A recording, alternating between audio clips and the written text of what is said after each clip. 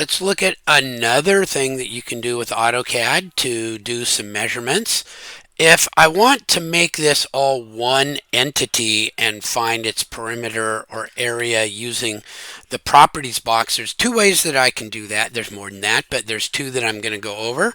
One is the boundary command, BO, enter, and then I can pick inside a shape and press enter, and now that's all one thing. It's one polyline.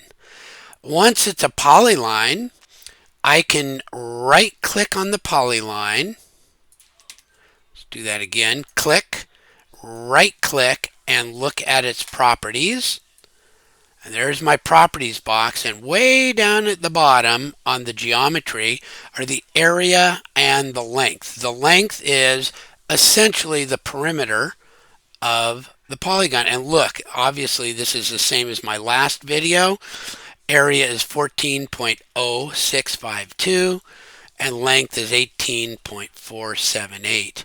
Now there's one thing, it's hard to copy these, but if you need to copy and paste it somewhere, you can click on it, click on the calculator, and then you can copy. Okay, so that's one thing. You can make a polyline out of it. There are times when you want to do something else out of it, so I'm going to explode that.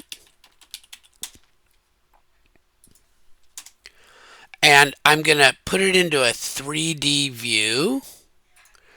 If I'm working in 3D, sometimes people make something called a region. It's useful in many circumstances. So I'm going to do a region now, REGION, enter, select my objects, left click, make a window, left click, enter, and now you can see I've got this flat area that's called a region. And there's reasons for doing this when you're modeling. You don't have to worry about it too much, but I can do the same thing with a region as I did with a polyline. If I left click on it and then right click, I can look at its properties, and lo and behold, there is the area and the perimeter.